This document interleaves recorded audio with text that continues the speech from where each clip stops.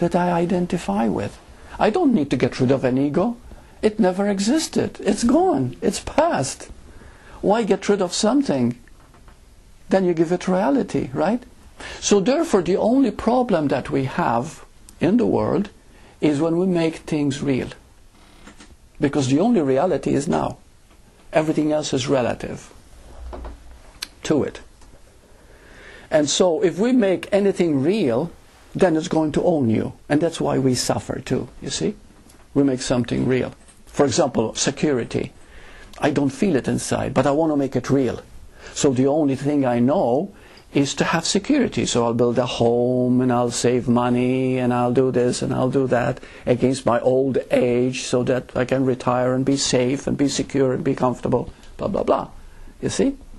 But the fear of death is not touched. It's there. Nagging, nagging, nagging. You see? Because you still think that you're going to end sometime, which of course is absurd, because being can never end. It never begun. You see? One time someone asked me, and they said, all I want is to feel alive. And I said, which part of you is alive? Is it your body? Or is it your spirit? Which is it? That's alive, which is in the moment. The child, it's in its innocence.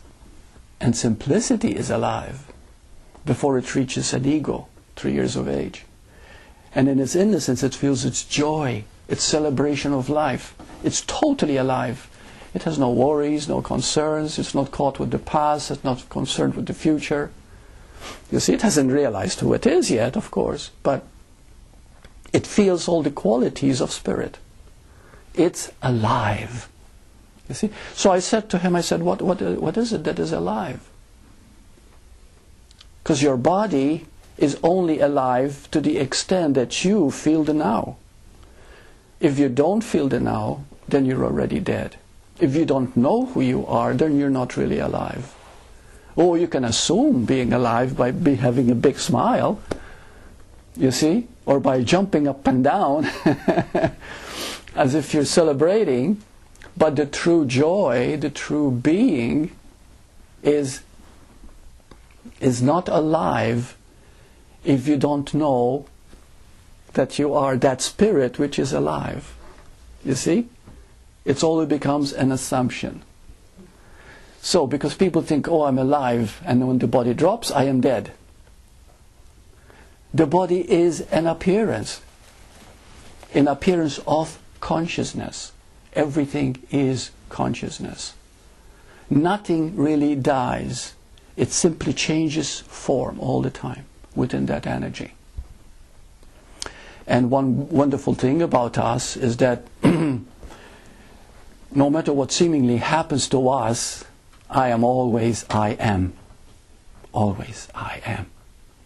You see?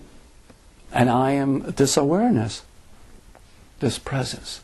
And this presence contains everything that I am aware of. But what I am aware of becomes a thought and an emotion. We know that, right? But I also know that it's just a presence beyond what I'm aware of. It has no beginning and no end. Because if I were to ask you now, who are you right now? Who are you? You will not be able to answer. You can say, because you know the words, and you might say, well, I am aware. That's all I know. It's true.